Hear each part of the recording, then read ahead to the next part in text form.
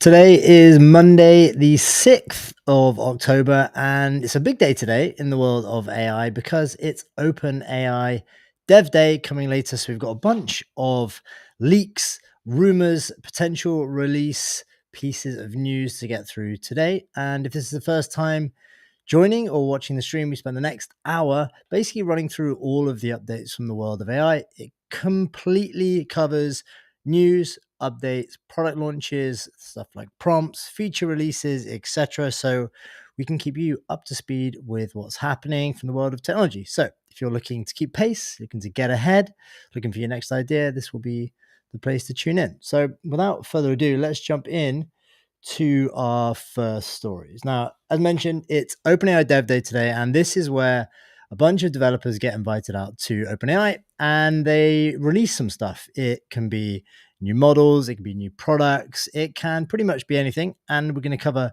all of that right now. This starts in a few hours' time, and it's going to be live streamed by the main man himself, Sam Altman. And here is going to be some of the stuff that we think is going to be released. First of all, we've got the big one, and this is being kind of leaked out. This is an agent builder.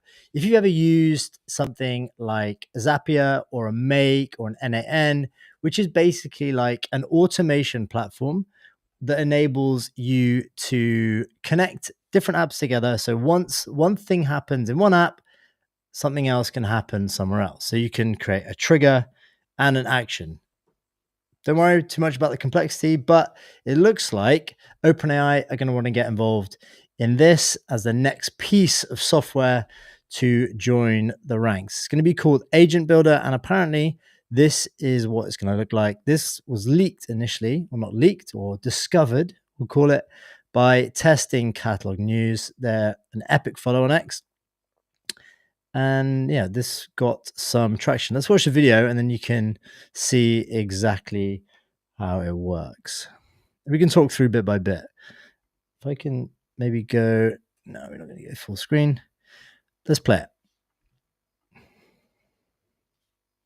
it. So you can see here, we've just got a basic canvas. We'll stop it at different points. We've got a canvas.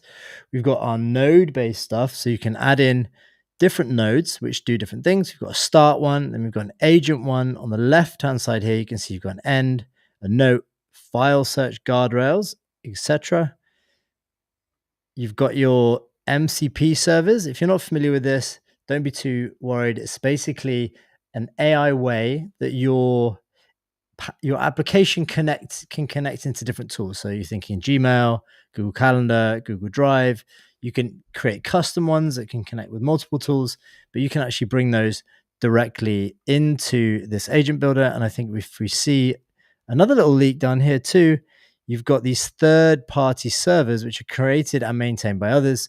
So it might be the case they're going to launch with some launch partners here, and we've got the official OpenAI ones at the top, but under here you can see we've got Zapier. I think it looks like Zapier. Then we've got Shopify and Intercom. So it looks like they're going to roll out with a bunch of integrations initially. Here, we've got another tool which you can add. We've got a client tool, MCP server, file search, web search, code interpreter, or a local function, which means you can write custom code into this.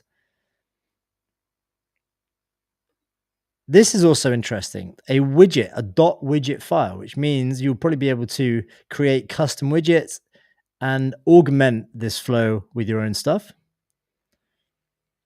There was another thing there called Widget Studio, which we haven't seen yet.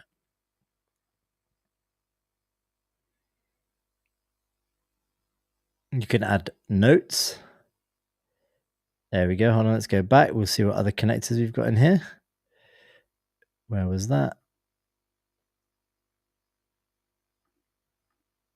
There we go. So we've got Zapier, Shopify, Intercom, Stripe, Plaid, Square, Cloudflare Browser, HubSpot, Pipedream, PayPal, and DeepWiki, which is Devin. And then you can connect your own custom one. Okay, that's good. This is another important one. So you can actually add guardrails. Now, if you've ever built an AI-powered application, or if you are thinking about building one of the most important things is the guardrails that you have in place. And this basically ensures it doesn't do anything that you don't want it to do. Quite important. Seems like in this agent builder, you're going to be able to do that and create moderation guardrails. And it's not directly native. You can augment it too. You have jailbreak guardrails, which basically flags attempts to bypass AI safety rules such as prompt injection, role playing, or system prompt overrides. If you've ever followed people on X that are known for doing this sort of thing, then if you're building an app, you might want to actually try and protect against it. This is a good way that you can do it. And it looks like it's coming to Agent Builder, which is great. Hallucination guardrails, personally identifiable information guardrail. So if you need anyone to put in the name, address, credit card number, etc., it's going to protect against that. Gives you a bunch of different options too, including date and time, URL. So you can see you can start to hook these things together, or you will be able to once it releases, hook them all together to actually create really powerful AI workflows. Now, this does currently exist in other platforms, obviously, like Zapier, like NAN, but there is a big advantage to having this working natively inside of the OpenAI stack for a lot of like security reasons, etc., especially if they start rolling this out to the enterprise. But yeah, it looks like we could be getting this today. I think that's a pretty comprehensive overview. There's a full scoop here if you go to testingcatalog.com, but looks like we might be getting this released on Dev Day. Here was another feature too, which was basically the full release, again from Testing Catalog, full release of the guardrails. One of the features that OpenAI is going to present today is called guardrails. It's especially relevant for builders and businesses in the regulated regions like the EU. Here is a quick look. I can talk through this as the video plays, but depending on the use case, you are going to want to do different things. So if you're dealing with different countries, you might want to mask different personal information according to the country. Again, you can see here, if you actually examine it, you've got input guardrails, you've got output guardrails, you can export the guardrails, tweak them.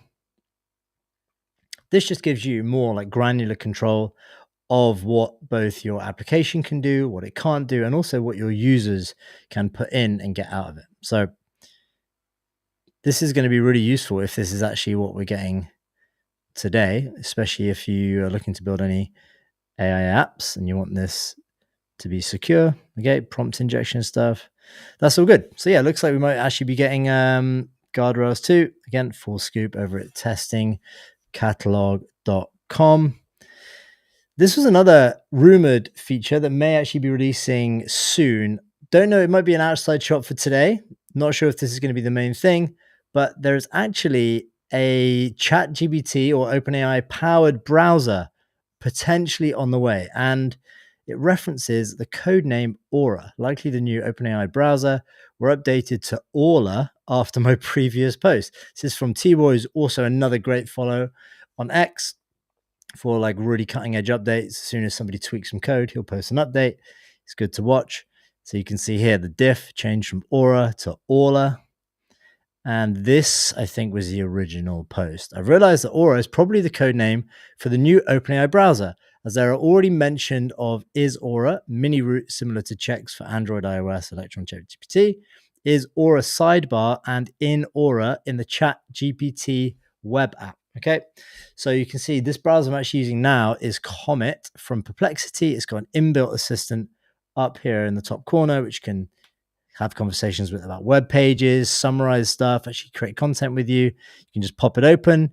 I wonder if we're going to be getting a ChatGPT powered browser, because it looks like the browser game is wide open right now. So it'd be interesting to see if we also get that. This was another maybe outside shot, but more in terms of pricing. So somebody actually commented, I think on Reddit initially, that OpenAI should introduce a middle plan priced at say $50 to $70 a month, gets you unlimited ChatGPT or unlimited GPT-5, GPT-5 Pro and O3 Pro quotas, 300 and 150 heavy runs per month, Sora video, 60 minutes per month, agents and codecs with longer runtime and tool access for deep research and code actions, higher limits for voice, video, and screen sharing. So the idea with this was you've got a free plan, which is obviously very limited. Then you've got a $20 a month plan, which is much better, but still quite limited. And then it kind of ramps up all the way up to 200. Now people want kind of a prosumer, I guess, tier at say 50 to 70 a month. I think Sam actually was quite receptive of that and looks like that might actually be an option, an outside bet for today's developer day. We'll see. Next story here, we've got an update from Sam on Sora. So this is getting all the OpenAI news out the way to start with because it's a big day for OpenAI. Sam Altman published his first Sora update, and it's actually a very interesting read. It says, we've been learning quickly from how people are using Sora and taking feedback from users, rights holders, and other interested groups. We, of course, spent a lot of time discussing this before launch, but now we have a product out that we can do more than just theorize. We're going to make 2 changes soon and many more to come. First, we're going to give rights holders more granular control of a generation of characters, similar to the opt-in model for likeness, but with additional controls. So people are actually creating AI-powered videos with people's likeness because you can hit a toggle that allows people to do that. But people seem to want more granular control because it's either on and off. Maybe you want to control actually what type of content is created with your likeness in the Cameo, which is basically if I have it and you have it, and we both allow our likeness to be used in AI generated videos, you at the moment don't have control over what type of videos are created, or you do slightly, but now it's going to be adding more control. So you can really take care of, you don't appear in certain scenes or with certain items, etc. We're hearing a lot from rights holders who are very excited for this new kind of interactive fan fiction and thinks this is a new kind of engagement will accrue a lot of value to them, but want the ability to specify how the characters can be used, including not at all. We assume different people will try very different approaches and will figure out what works for them, but we want to apply the same standard towards everyone and let rights holders decide how to proceed. Our aim, of course, is to make it so compelling that many people want to. There may be some edge cases of generations that get through that shouldn't, and getting our stack to work well will take some iteration. In particular, we'd like to acknowledge the remarkable creative output of Japan. We were struck by how deep the connection between users and Japanese content is. It's crazy how different countries have different uptake of different products, especially in quality too. So Japan looks like it's killing it. Last bit. Second, we're going to have to somehow make money for video generation. Probably a good idea. People are generating much more than we expect per user, and a lot of videos are being generated for a very small audience. So people who have small followers are actually generating tons of video. It's not actually making OpenAI money. It's probably actually losing them a considerable amount of money. We're going to try sharing some of this revenue with rights holders who want their characters to be generated by users. The exact model will take some trial and error to figure out, but we plan to start very soon. So if you own the IP or a copyright to a character and you want to have that character available for users to generate content with, now you can potentially, or there'll be a route here for you to actually earn from that content. Our hope is that the new kind of engagement is even more valuable than the revenue share, but of course, we will want both to be valuable. Please expect a very high rate of change from us. It reminds me of the early days of ChatGPT. We'll make some good decisions, some missteps, but we will take feedback and try to fix the missteps very quickly. We plan to do our iteration on different approaches in Sora, but then apply it consistently across products. Okay, so that is the blog post from Sam outlining how they're actually going to push ahead with Sora. There is some other reviews that I did want to actually cover, some rumors, the rumor mill of actually what's going to be released at the main event, as there's some more potential suggestions. First ones are, we obviously know the visual editor, the agentic agent builder might be landing. We've actually got a couple more too. People think that Agent V2 will be released. This is the in ChatGPT agent that kind of can go and do stuff for you. Image and video updates, maybe a new image model. This was leaked. Potentially we're going to see that being released, and possibly Sora 2 coming available via API. So developers can actually integrate it directly into their applications. An AI browser, we mentioned that, codename Aura or Aula. GPT-5 updates, which was potential new tier and a new checkpoint for that. Potentially a new update to the GPT store. I know they actually coined, or we're going to cover in a minute, a new deal that they did with eBay to help high-level sellers or premium sellers actually create custom GPTs for selling stuff on eBay. So you might actually see that being enhanced. Hardware, an update on the hardware might be leaked. We're going to cover that in a second. And then any other tweaks to things like the SDKs, the CLIs, the Academy, etc. So potentially a lot of stuff. There's also a very outside bet on a vibe coding app. Don't know the name of it yet. I don't think. But there is rumors that it might come. So if you use like a Lovable or a Bolt, we might actually see one come from OpenAI. Okay, let's move on. First of all, I wanted to touch on Let's. Create What You Love with Let's. Let's is a proud sponsor of this stream, and they create some incredible image generation models and video generation models, especially if you're an uber creative. You should definitely try Let's, look at the quality of some of its stuff. So you go to Let's.ai and create what you love. You can train your own models, and you can see how good they come out. Next story. OpenAI hardware. OpenAI and Johnny Ive are building a palm-sized screenless AI assistant targeted for 2026. This was coming from a Financial Times article, but the core software, privacy, and compute are not ready yet. Here is what this device is supposed to do. So if you've been following, OpenAI's acquired Johnny Ive's Love From agency, and they're focused on building some hardware, a number of different devices with OpenAI. OpenAI bought Ives IO for $6.5 billion and has pulled in 20 plus ex-Apple hardware staff while manufacturing talks, including Luxshare, with assembly possibly outside of China. Compute is the biggest blocker because running multimodal chat at scale needs huge inference capacity. That's basically the compute or the computers or data centers needed to be able to run these queries. And OpenAI already struggles to serve peak ChatGPT demand. So you need bigger data centers, more compute to run. Obviously, we're past 700 million users for ChatGPT currently. So we need more data centers, more compute.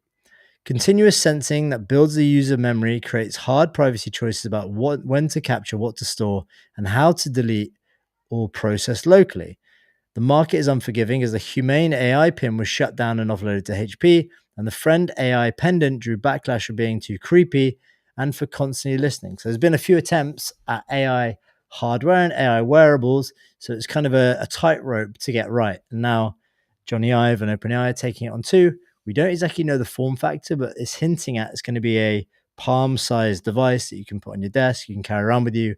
It's always on, it's always listening and making suggestions, might have cameras, might have a microphone, or I'm guessing it would do. It says OpenAI now carries a 500 billion valuation, so a strong hardware hit would help, but supplier chatter suggests first devices could slip towards 2026 or 2027. The assistant must deliver low latency speech, clean turn taking, useful visual detection, and lean memory, all under tight cost and power. Here we go. Here's the article. You can go and see it if you're subbed to the Financial Times. The palm-sized personal assistant next year. Got another feature release, a new product. Opera launches its agentic AI browser Neon to early testers. Opera Neon debuts at a subscription-only alpha with AI automation, 4 different modes in a prompt bar and custom prompt cards. So here we go. This is, I think, the new form factor of what these AI browsers are going to look like. You can have a browser on one side. You're going to have an assistant which can pop in from the right-hand side, like Comet, like the OpenAI browser may eventually have.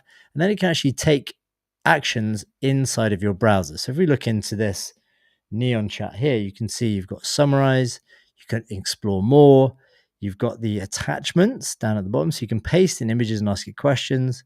You have chat, and you have do, and then you have at make.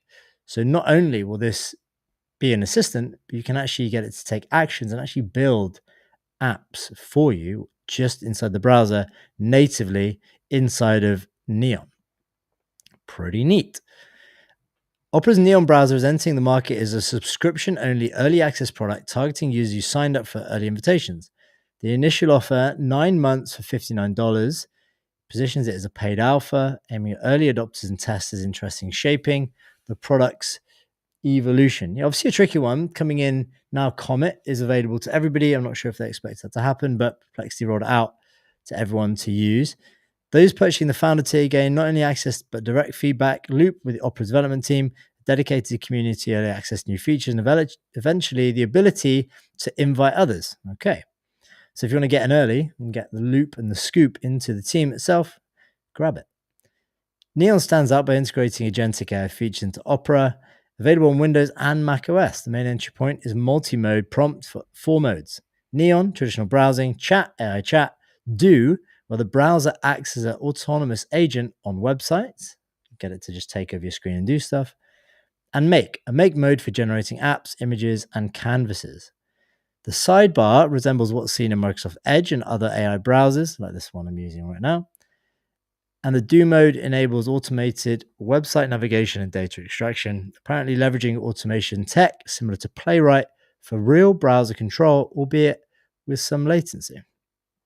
That's cool. Yeah, I think this is definitely the next kind of form factor for AI-powered browsers, for sure. But I wonder how you can kind of get market share. I think players like Perplexity with this Comet browser are doing really well. It's going to be a tough battle. For creative and workflow automation, Neo supports custom prompt cards, echoing the skills or extension models seen in browsers like Dia. Users can create, share, and install these cards to automate or enhance chat-driven workflows. So the opportunity here would be if you can actually create these in a marketplace, like the Chrome extensions previously, where people can build them, you can install them. They've got a very high, they're very sticky. So once they're installed, people don't actually rip them out very often. So they kind of stay there all the time. So I wonder if this is going to be the same. And users can create, share, and install these cards to automate or enhance chat-driven workflows. Model-wise, Neon combines GPT 4.1, 2.5, and OpenAI's Image 1 mixing capabilities of both text and image gen. Yeah, so it's going to be bringing agentic browsing to Opera. It's good that they're actually willing to solicit feedback. I wonder if they could be able to iterate as quick as the Perplexity team, because they definitely ship very fast. But yeah, kudos. That looks like another good option for a browser. Okay, one team that actually ships a load of stuff very, very quickly is a team called, or a startup called Firecrawl. Now, Firecrawl Dev, they do a lot of different things. If I just go on the website, I can show you exactly what this is. It says turn websites into LM ready data. It's basically scraping, searching, mapping, and crawling different websites. And one of the things that they do very well is they release tools that are built with Firecrawl that leverage all of their capabilities and then package them into an open source app. So you can actually just go and download it. And this is the recent one they've released or are about to release called, let me just pause it for a second. It's auto playing. You can watch it. This one's called Fire Enrich V2, our open source Clay-like data enrichment platform. Now, if you've used a tool like Clay, or if you're in kind of enterprise sales or sales of any reasonable size, then how this lead enrichment usually works is you find a customer, let's say it's Bob at the bed company, and you want to find his email address. So you know the address, you know the name.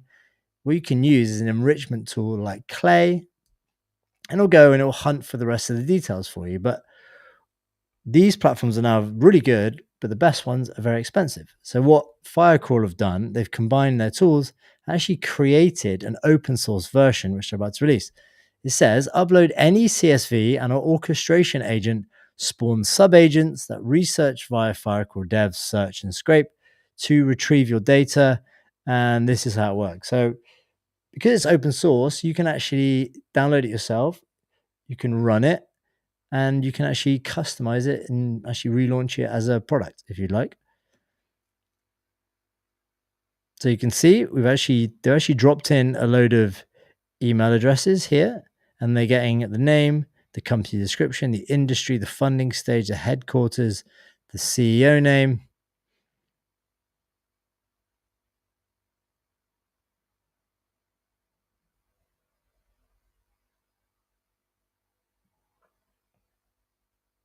So if you're already paying a lot of money for an enrichment service, then you might want to actually try this out, and you can actually customize it to how you want. I mean, with Replit, you can put it down, you can dump it into Replit, you can improve it and add your own features, and you're basically just going to have your own enrichment tool, which is completely open source by Firecrawl. So they've also got a number of different products. Go and have a look at their website. You might find something that you will like. Okay, this was an interesting post. Prompt to Play is finally here. 9 months ago, this was just a pitch deck. Today it's live. Playable AI in beta is the first prompt to play platform that lets gamers instantly turn ideas into playable in-game assets across game. So this one has got sound, so we can actually listen to it. Let me just change my screen over. This is kind of building on top of all of the prompt to stuff like text to whatever. This is now text to 3D game ready assets. Let me just make sure it's not super loud. There we go.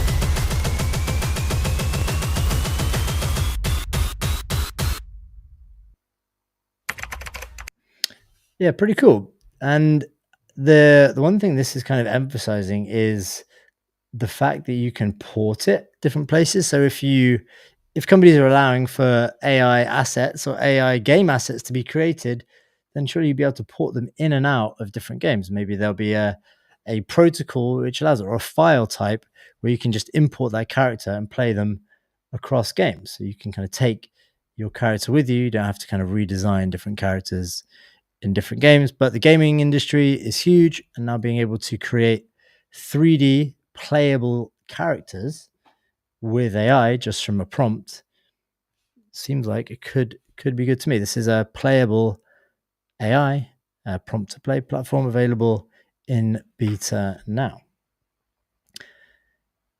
This is a wild story. The Replit founder, Amjad, shares that a single entrepreneur with no coding background built an AI tutor for Jordan's Ministry of Education, saving the government from paying a $10 million bill to scale AI.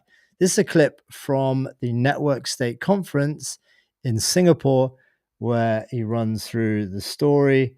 And if this is actually what happened, this is pretty crazy, because this means he built it without knowing how to code, just using Replit.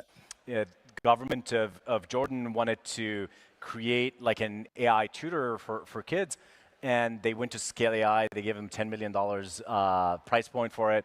Someone there, an entrepreneur, decided to build it on Replit, doesn't know how to code, 4 days, got all the material from the country's curriculum, put it in AI, did RAG, and now students, they did it with a pilot of 1,500 students, and it was really impactful. And now they're scaling it to 2 million people. And this is like one person built an app that is changing how the school system is working in a country. If you think what the knock-on effects are that going to be, not just because it's like revenue from a company that was going to build it now going, or a proportion of that going to one person, but it took 2 weeks. It was a solution which he built without needing any coding background, built it inside of Replit. So he's just using the data that he got, plugged in, and then talking in natural language to describe what he wants to build. And then out the other side comes this very valuable app for a country, for the Ministry of Education for an entire country. So if you think that the AI can build what you want if you can describe it properly, then there's no kind of limits to what you can build. So this is a crazy, crazy story. And kudos to whoever the entrepreneur is that did that, because that's epic. Deloitte to refund government admits using AI in $440,000 report. Deloitte Australia will issue a partial refund to the federal government after admitting that artificial intelligence had been used in the creation of a $440,000 report littered with errors, including 3 non-existent academic references and a made-up quote from a federal court judgment. Jeez.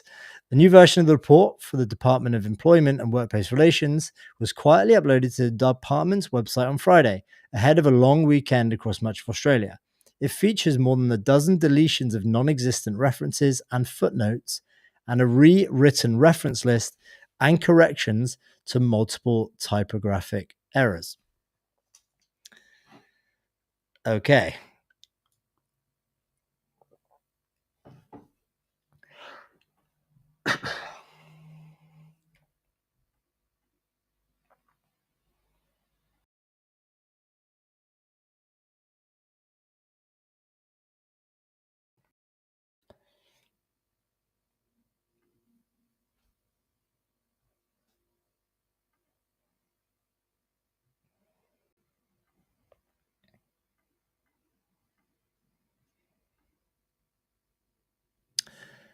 That's kind of nuts. First of all, commissioning a $440,000 report. I mean, it's Deloitte, but if they're just passing it on to an AI and then actually spitting out a load of errors and getting caught, that's not great.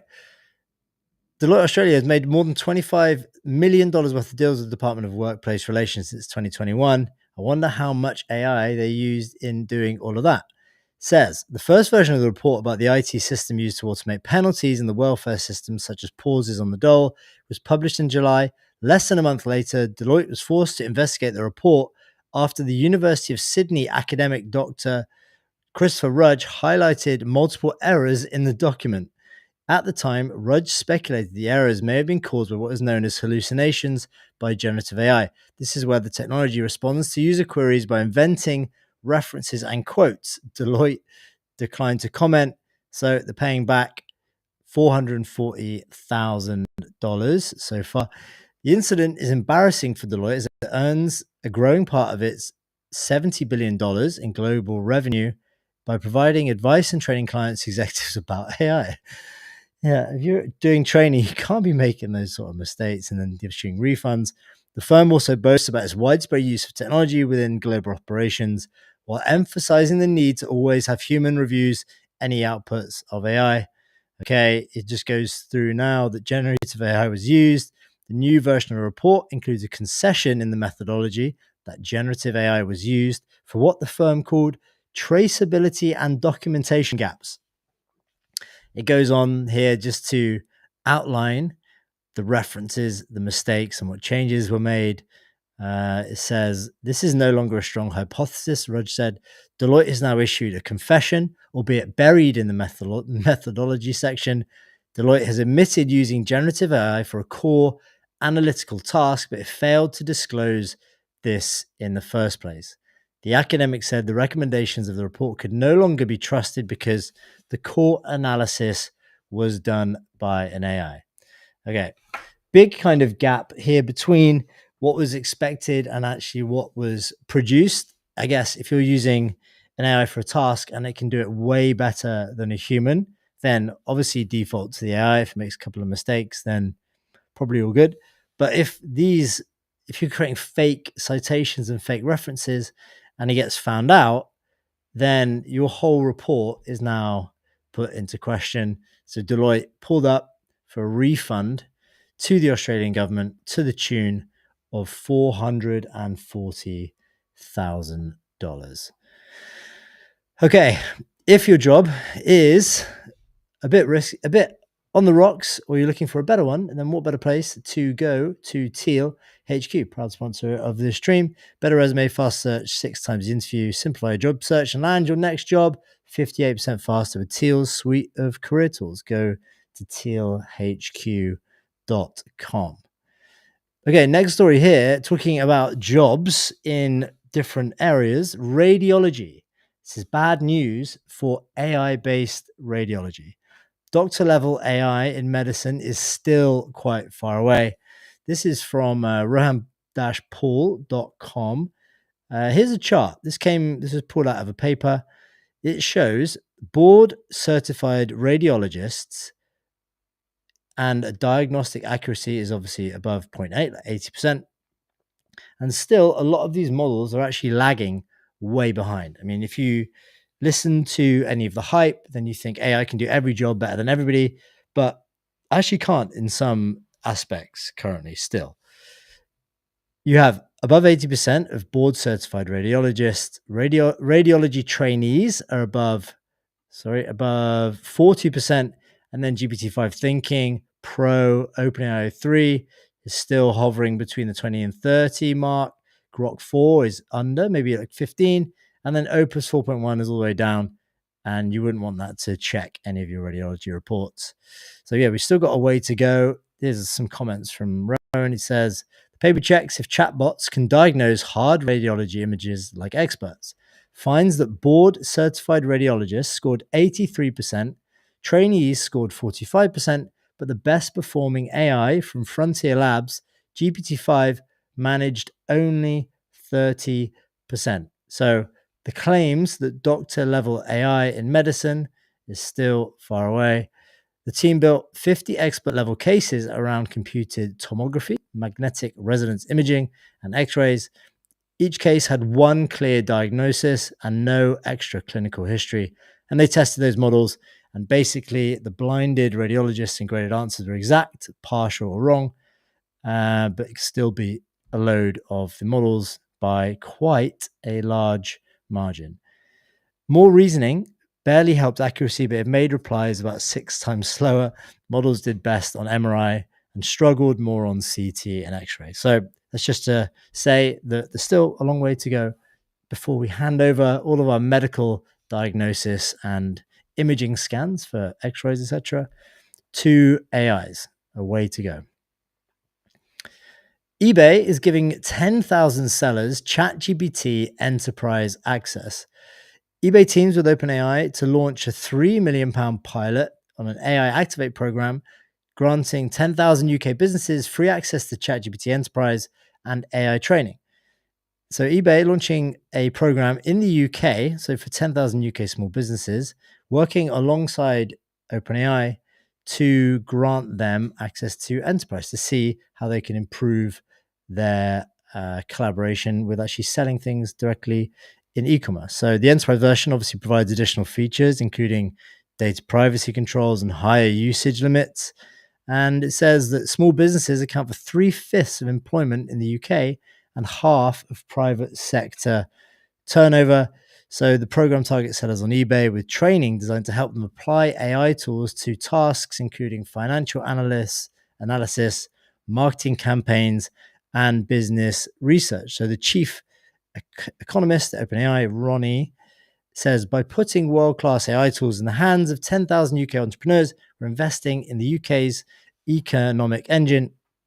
And it looks like this comes paired with virtual sessions too. So this is combining access with training to see how it affects these small business sellers, more around where AI tools can reduce time spent on routine tasks like finance, accounting, stock, all that sort of thing. So yeah, that's good to see. If you're a seller on eBay, especially a big seller, see if you can reach out or get in touch and see if it applies to you. We'd love to know how you can get on board with that.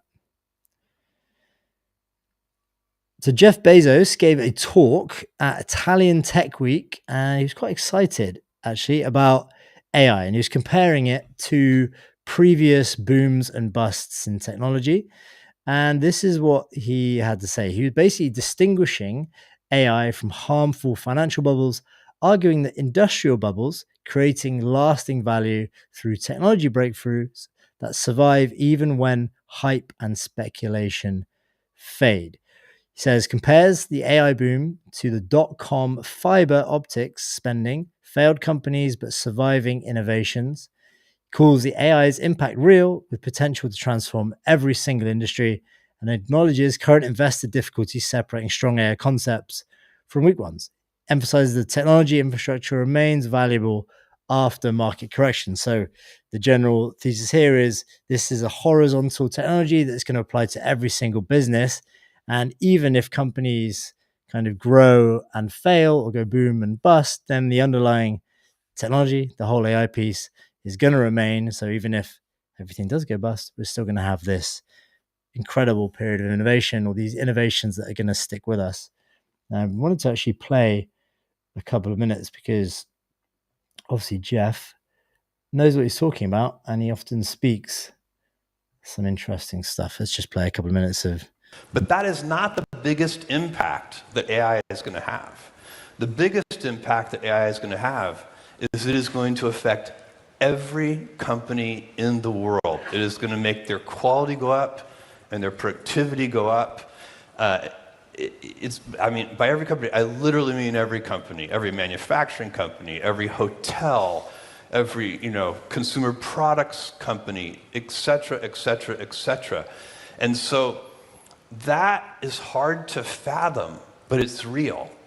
There is no doubt. We don't know how long it will take exactly. We don't know how quickly that transition will occur. And it'll probably occur at different rates in different industries.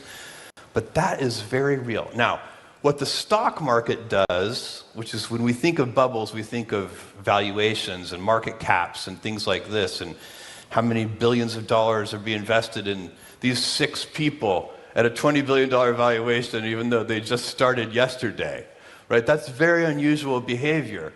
Investors don't usually give a team of 6 people a couple of $1 billion with no product.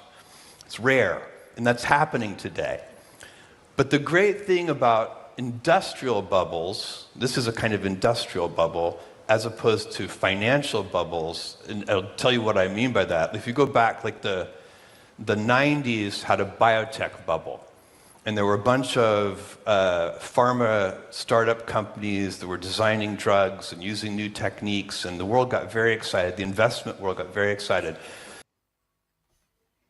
As a group, they all lost money, but we did get a couple of life-saving drugs. A bubble like a banking bubble, the crisis in the banking system, that's just bad. That's like 2008. And so those bubbles society wants to avoid. The ones that are industrial are not nearly as bad. They could even be good, because when the dust settles and you see who are the winners, society benefits from those inventions. They still get those life-saving drugs. And that's what's going to happen here too. This is real. The benefits to society from AI are going to be gigantic. And if we go back 25 years ago. Okay, we'll leave it there. We get the concept of what he's saying is this AI piece is going to touch every single business. There's lots of different people working on it. Even if we do get a bit of a retrace in the market, this AI is still going to be prevalent and everywhere, and there's going to be lots of winners across every business, and it's going to touch everyone. So yeah, that's a cool insight from Jeff, the big man. I heard he's kind of actually working back at Amazon on AI. So I think he may know what he's talking about. Okay, OpenAI and Allied for Startups announced the release of Hacktivate, an AI report containing 20 ideas to accelerate broad-based AI adoption in Europe and boost the block's competitiveness. We need it. The report was developed by 65 participants, including representatives from EU institutions and national governments, large enterprises, SMEs, startups, economists, and AI specialists who came together in Brussels to design real workable ideas.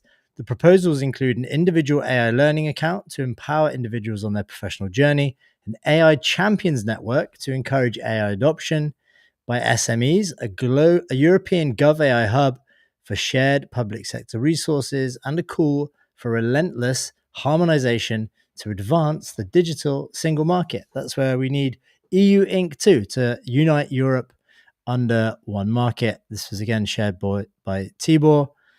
Let me just share this post. One sec. Let me just make sure I get it to the right page. Yeah, we need this in Europe, and that is, it's good to here. Here we go. So this is the main post, accelerating AI adoption in Europe. You can go, you can listen to it, you can ask ChatGPT about it. But there's a main report here, which is 20 ideas. You can open it up. It's a big PDF, which you can tuck into. But it looks like there's going to be a lot of initiatives coming to Europe. And I think if you are a company, you can get involved. If you've got a startup, you're providing AI training, maybe if you're looking to do upskilling, then there might be some opportunity here to get involved, help out, join, maybe get some funding. Yeah, it looks like we're going to be seeing some innovation push inside of the EU. Next, we'll talk to you quickly about Expo. If you're thinking about building an enterprise-grade cross-platform application, then Expo is what you need. Expo is a full-stack React Native framework with powerful cloud services to help you move faster at every stage of your app lifecycle. Some of the biggest platforms at the moment, including things like Replit, are built on top of Expo, so if it's good for them, it'll be good for you. Go to expo.dev to give it a whirl. Okay, some prompting tips now. If you have been using Sora, if you're in the EU, you don't have access yet, but if you've been using Sora, there is some now ways to create better content with it. Now you can control every Sora shot's length with timestamps. So whenever a new technology comes out, people obviously play with it and then figure out how you can best prompt it to get the results that you want. And here is how it works. Let me actually play this sound so you can see how the video and the sound is actually synced up. Let me change it to the tab, and that means you can hear the audio. But yeah, it looks like adding timestamps in the prompt makes it pretty. I tell people I'm single by choice. Oh, your choice. No, theirs.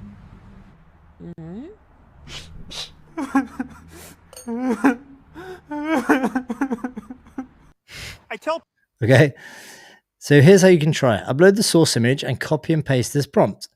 Here we go. So you can see you got the timestamps on the left and then the prompt on the right, and then the scene. So you upload this image, upload this prompt, and then Sora will generate it with those kind of 5 individual scenes, which kind of adheres to that prompt pretty precisely. So that's it's a good way of prompting.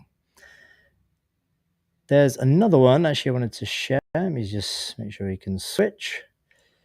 Is same sort of thing. It says, okay, Sora, this is cool. I gave Sora some specific timelines, specific instructions, and it nailed it every single time. Examples plus prompt. Okay, I won't play the sound for this one. Actually, we will, because these videos are good, and I think it's important to see that everyone knows exactly where this tech is going. Here we go.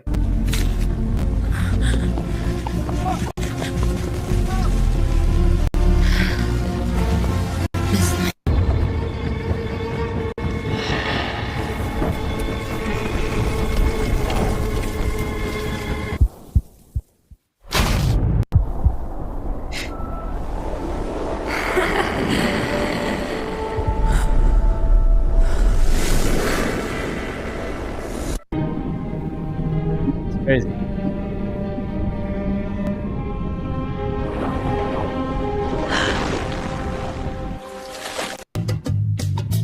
So before you'd have to kind of create all of these individually and then stitch them together. Now, if you're using timestamps, then the scene stays consistent with the image you upload, so you get that consistency. But then the timestamps kind of create these scenes within the video perfectly to what you want. Want to try with the kids? Looking strong, buddy. Okay, there we go. So this is using timestamp prompts inside of Sora. It's actually not released in the EU yet, so if you're watching this from the EU, sorry, but we might get it soon. Fingers crossed. Okay, what else have we got to share today? The next one we have is another update from Sora. This was at the start of the stream. We talked about how people wanted granular control of what scenes can be created with your likeness, etc. Now, they actually started to roll out some updates to Sora 2, which is new cameo controls. The restrictions section gives you agency in blocking generations that you don't want. You can see under preferences, you have two inputs now. You have preferences, so guide how Sora represents you. Only you can see your own preferences, by the way. Wear a number one ketchup fan ball cap in every video. Restrictions: never allow me to appear in videos with mustard or relish. Okay, obviously that is a bit of fun, but you can now set these custom restrictions. Say, I don't want to be in car chase scenes, or I don't want to be anyone to be able to dress me in different costumes or say certain words. Now you can actually place restrictions on what people can generate with your likeness. Okay, final couple of stories. Now we've got one of the open source video models called Ovi is available on FAL. So this is something you may or may not have heard of, depending on how involved in the AI world you are. But basically, FAL is a platform where you can, or companies host different models, or FAL will host models for you. So if somebody releases a really good image generation model, they'll make it available on the FAL API so you can plug it into your apps. And one new such model is called Ovi. It's an open source VO3 alternative. So if you've played with these video generation models, they're great, but there's a few different things. They're not open source, so you can't run them yourself. You always have to go through like OpenAI, which means it will kind of hit all their restrictions, or you have to go through, I don't know, Midjourney hasn't got an API, but you have to hit all those sort of restrictions. But then you get, as these models come out, then you get equally as good or close to as good open source versions. And now this one is called Ovi. So it's now live on FAL. It's an open source VO3 alternative, video and audio generation, generates synchronized video and audio content simultaneously, flexible input, supports text to video and image to video, fast generation 5-second videos at 24 frames per second at just 20 cents per video. If you've generated videos with, say, like a VO3, for instance, then you're talking about dollars per video, and it actually gets quite expensive, especially if you just wanted to play around with it and figure out some ideas of actually what you can create. But this video, Ovi, is now available on FAL. We've actually got some demos to show you. Let me switch on sound. But this model is really good, and I think open source models are actually catching up fairly quickly. I mean, the Sora videos we just saw are still miles better, I would say. But some of these are good and will work for certain use cases. Intelligence. I am an artificial intelligence. Crazy. Good cup of coffee. It's like my brain won't start on until I have that first sip. Lip I sync's can't- getting a lot better. I'm not just drawing on skin, I'm creating permanent measurement. In nature's cathedral every day. Duel is a dance. It's not about winning.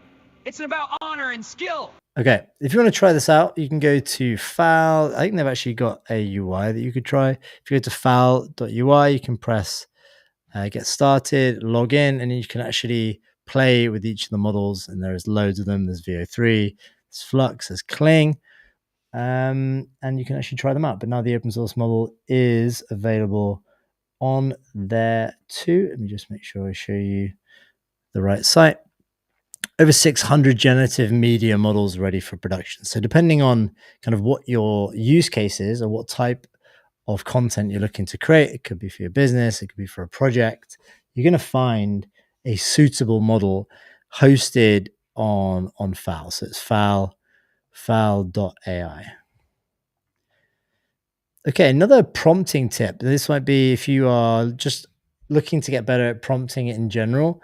Then somebody who's really a good follow on X, actually Matt Pocock. So he teaches devs or how to become like AI engineers.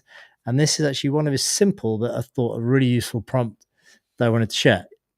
He says, my favorite addition to prompts is be extremely concise, sacrifice grammar for the sake of concision. It's much easier to scan, less reading overhead, and cheaper to output. This is before and after. So let me just make sure I'm sharing the screen. I'm not sure why it's knocked off.